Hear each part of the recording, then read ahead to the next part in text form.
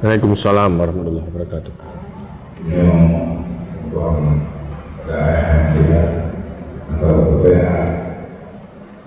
Bahwa Allah memberi kita kepada Rasul-Rasul dalam bahasa kaumnya sendiri, kecuali Al-Quran dalam bahasa Tapi pendapat yang juga tidak-tidaknya itu tidak masalah.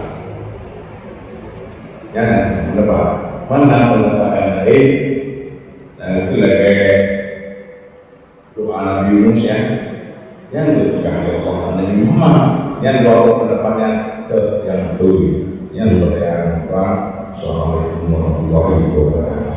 Waalaikumsalam.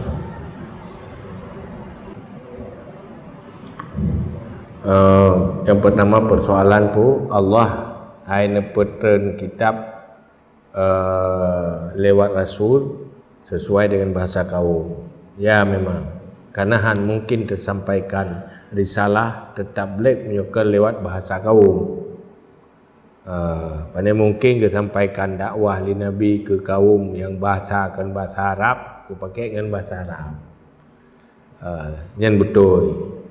Cuman nak perah lagi Nabi Yunus lagi berdoa la ilaha illa anta subhanaka ini kuntum nadaminya kan bahasa Arab.